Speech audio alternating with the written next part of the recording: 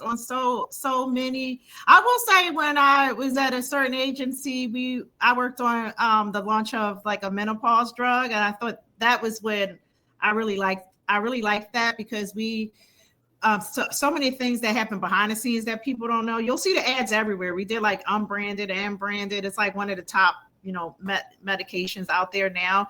It was fun because we got to work with like doctors, and menopause also affects like Black women differently. Sometimes we get it earlier and the symptoms, and people weren't talking about it. Like, so it was great to start to create that awareness, and it was great to like talk to real life patients and doctors, and like really change the game. So we were like looking at sponsorships with like the Real Housewives and who else? Like Married to Medicine, because they have Black doctors on there too, and just like bringing that conversation into the forefront, because unfortunately in our communities we don't talk about menopause, and that's a lot of things that happen in like the Black community.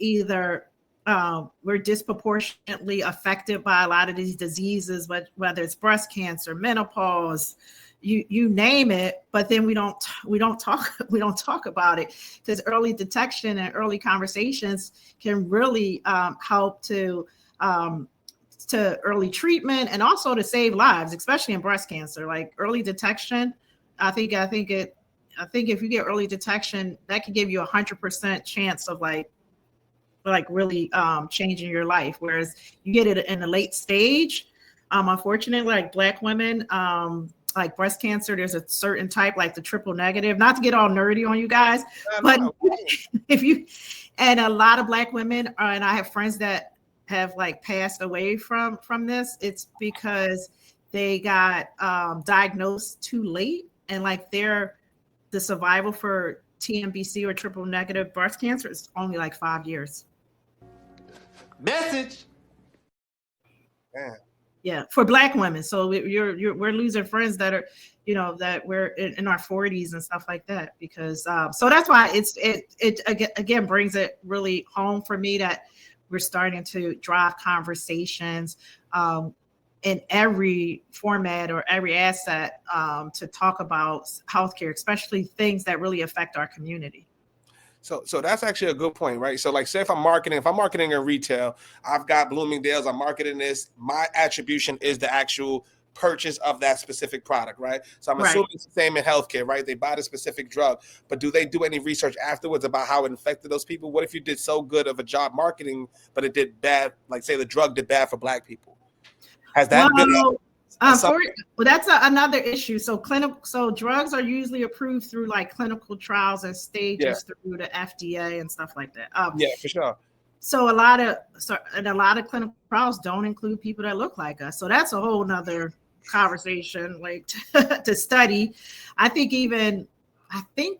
1993 or 1991, they just started allowing women into clinical trials. So take race out of it, and just from a gender perspective, clinical trials didn't really represent, and they don't really represent a lot of the communities a lot of the drugs that the communities serve. So, and even though a lot of the things that are changing in our industry of doing like more like telehealth or direct to consumer, you can't get those drugs unless a physician prescribes it for you. So your doctor has to write out a prescription for you to get the drug. So that's how everything is, tracked and monetized. Well, let's talk about that, because unless I'm gonna have a misconception about a thing, right? Whenever they come out with, let's say, a experimental way to treat something, right? And they want to do things in our communities. I mean, where's the dissemination of information that these new treatments are available, where somebody could say, yeah, I would like to volunteer for that? How about that? Yeah. Maybe a lot of the fact that we don't have the representation in these trials and things of that nature is because we don't know about them until they come to market. I've never seen a flyer. That is correct. That is right. Let's talk about that, right? Like if you want more participants of a certain demographic, then I would think, hello, common sense, choo choo, train stops, next stop, 149th Street.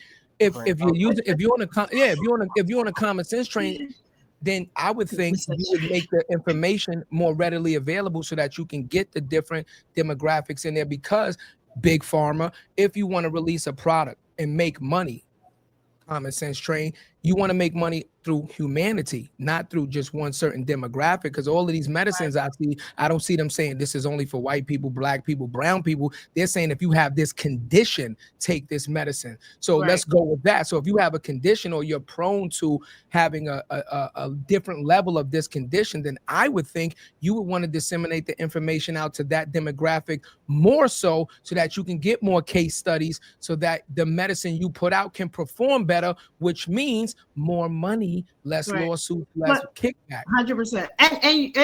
And we are starting to see those shifts. I will say, unfortunately, COVID was the straw that broke the camel's back. Like, people were talking about it, but they didn't really think about it. But now you hear things like health equity and inclusive marketing and things of that nature. And it was, this is my opinion, was due to COVID, because they were seeing that, again, that information wasn't getting to certain communities, and those communities were dying or getting sick rapidly.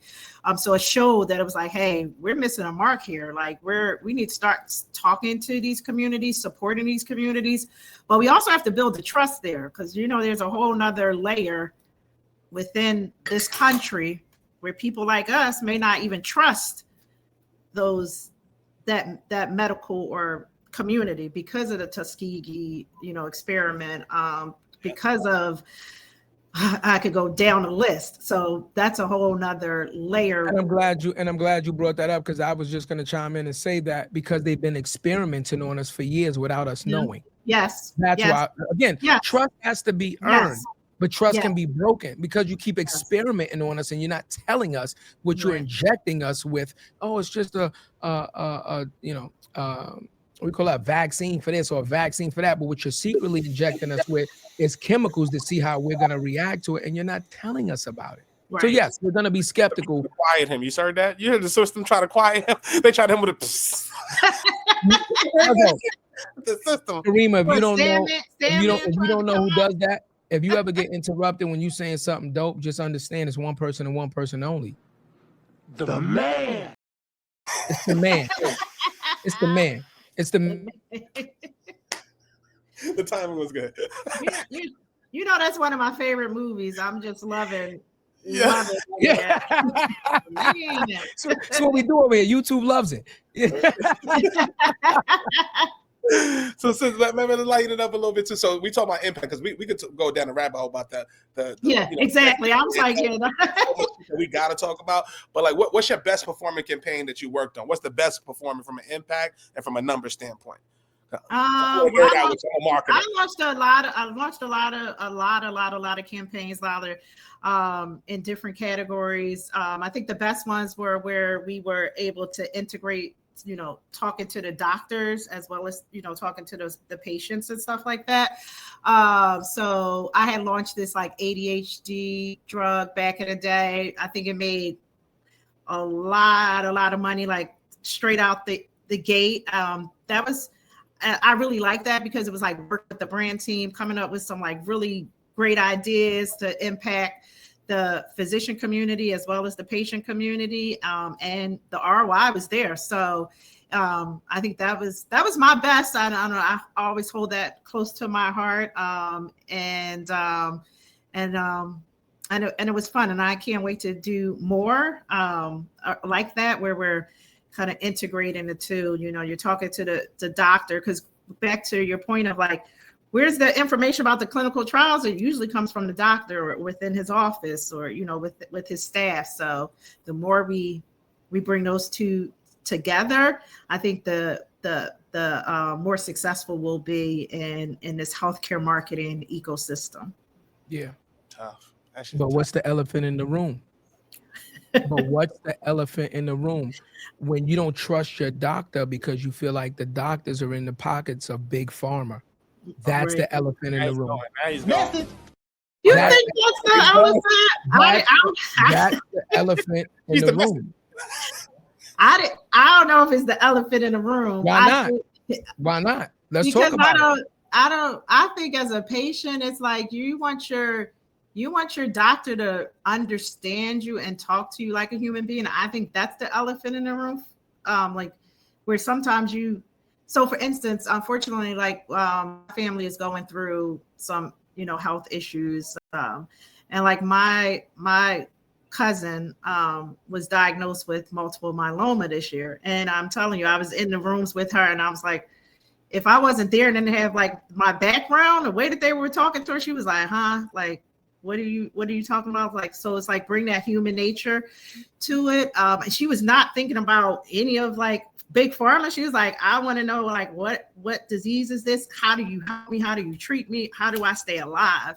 And it was really the breakdown of that information. Like people, I think they gave her this big packet. It was like 1,000 pages. I'm like, how are you supposed to understand your disease? Is all these medical terms? And I was like, let me go find some stuff on the internet to kind of digest it down for you so you can understand what's happening to you. And that really helped her.